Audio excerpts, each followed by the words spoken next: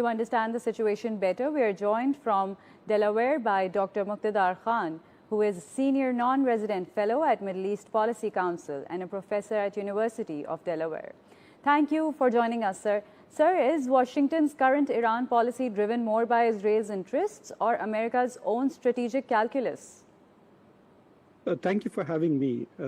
It is fair to say that America's interests broadly in the Middle East, the number one priority is the security, the well-being, and under certain circumstances, even the expansionist, aggressive policies of Israel.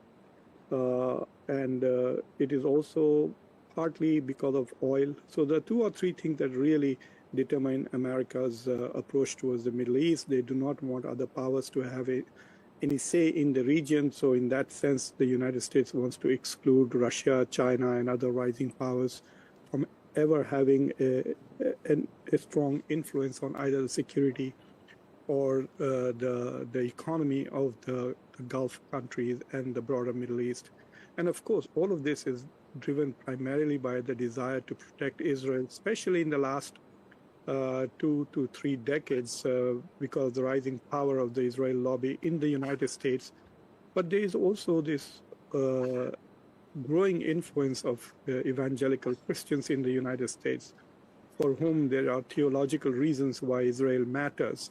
So yes, there is a lot of primary focus is essentially Israel in driving U.S. policy towards Iran. But since 1979, there has been a systematic, shall we say, anger towards Iran, especially because of the hostage crisis and the perception that Iran is a sponsor of terrorism, and then Iran's support for Hezbollah, Houthis, and Hamas has also created this impression in the United States that Iran is the world's worst country. It's a theocratic state, and it has essentially become a symbol of the worst things that one can associate with this term that is used quite frequently in U.S. discourse called radical Islam. So yes, there are reasons why the United States and some Americans are upset, because during the war with Iraq, a lot of people believe that literally thousands of Americans died because of Iran's role in Iraq. This is after 9/11. So there are some reasons why the United States is still upset, and because Iran challenges U.S. domination in the region. For the last, I guess, the last 3 or 4 national security strategies, both presidents, Republicans and Democrats, have identified Russia and China as global challengers to U.S. primacy, and North Korea and Iran as regional challengers to U.S. primacy. So North Korea challenges the U.S. in Northeast Asia, and Iran challenges the U.S. in the Middle East, whereas Russia challenges the U.S. in Eurasia and China globally. So these are the 4 threats that American presidents have perceived in the past 3-4 terms. But in this particular case, Donald Trump, when he attacked Iran on February 28, prior to that, American intelligence agencies, there was a consensus here that Iran was not an imminent threat to the United States, and Donald Trump himself claimed that he had obliterated Iran's nuclear program in the Operation Midnight Hammer. So what was the reason for attacking Iran? And a lot of people believe that he was doing that by a presentation made on, I think, February 11th by Netanyahu, who said, look, the Iranian regime has become very weak because of the protests in the month of January. They have killed thousands of people. The regime is on the verge of collapse. We can simply topple it by targeted attacks of the leadership and some of the assets. So basically the American president chose to believe a foreign country determined to utilize American power and American resources in its own national interest, rather than listen to its own generals and listen to his own intelligence agencies. In fact, one of the reasons why it is quite possible that we have a new DNI is because Tulsi Gabbard completely disagreed with the assessments of Netanyahu or Donald Trump about the extent of threat that Iran posed, and also on Iran's nuclear program. So it is fair to say that Donald Trump's Middle East policy is certainly not America first. It is clearly an Israel first foreign policy.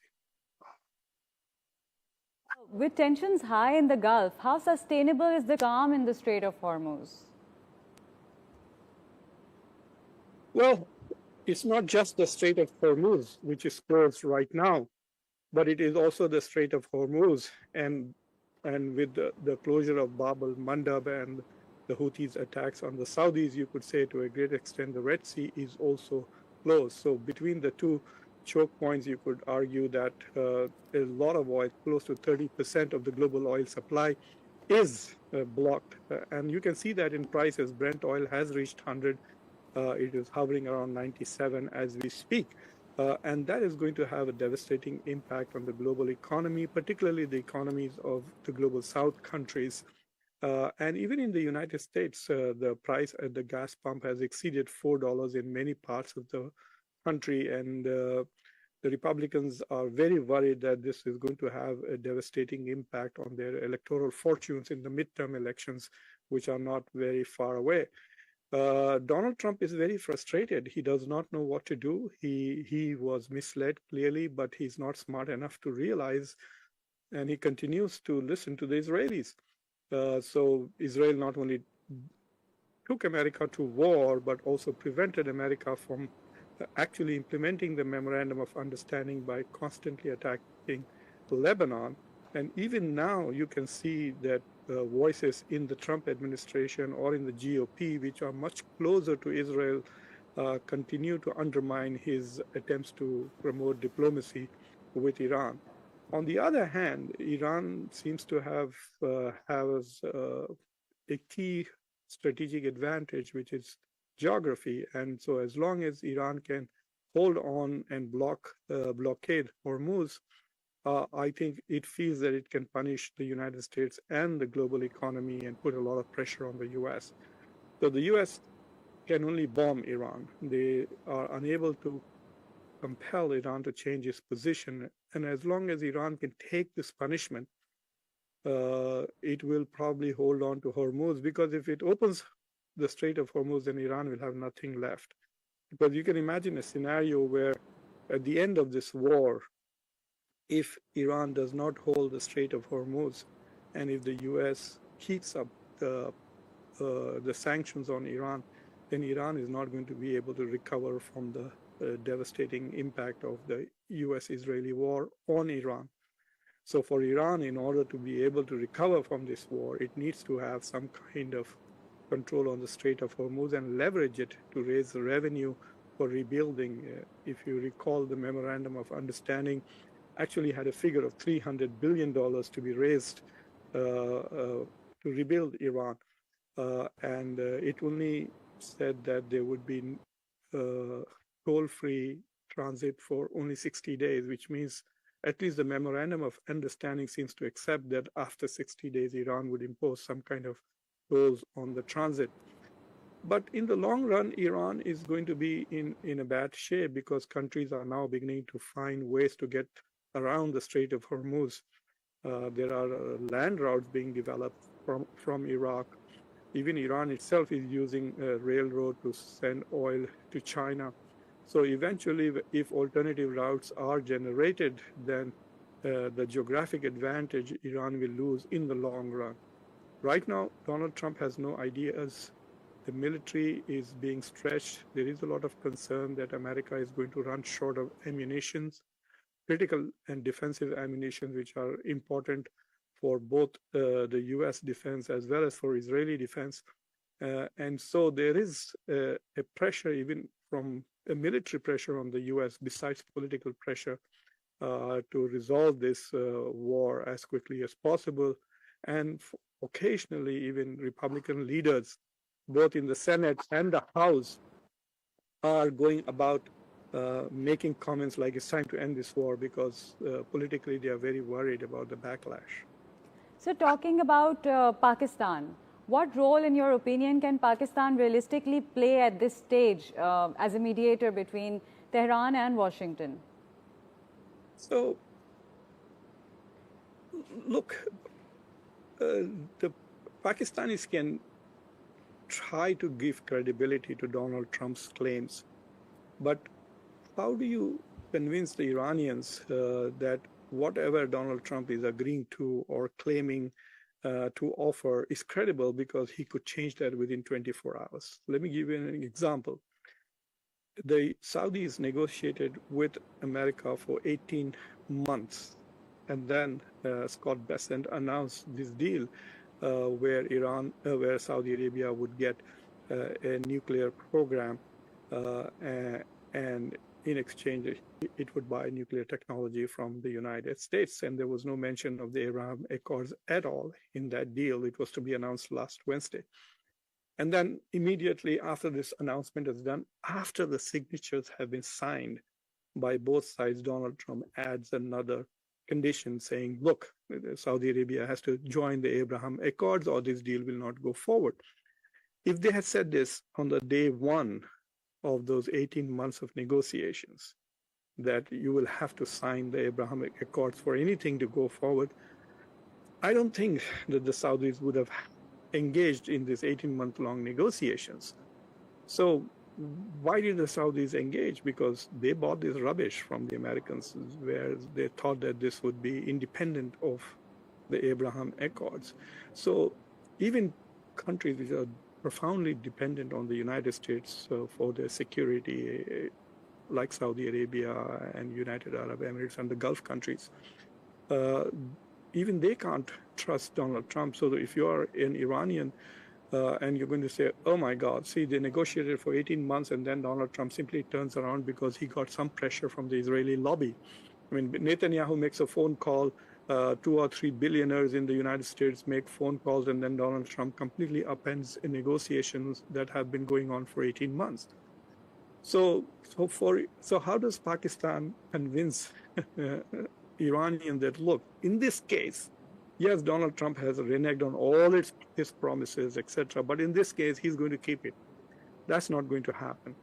Plus, Pakistan has played some interesting roles. So, for example, there is this discussion going on here in Washington that until now, Iran has not directly attacked Saudi Arabia in a very big way, is because of certain agreements made between Field Marshal Asim Munir and the leadership of IRGC. So it is the personal relationship that Asim Munir has with IRGC, which has in some ways moderated the relationship between Iran and Saudi Arabia, given the fact that Saudi Arabia has a defense pact with Pakistan. So Pakistan is able to provide some degree of protection to Saudi Arabia, not through military means, but through diplomatic means, because of their old relations with Iran.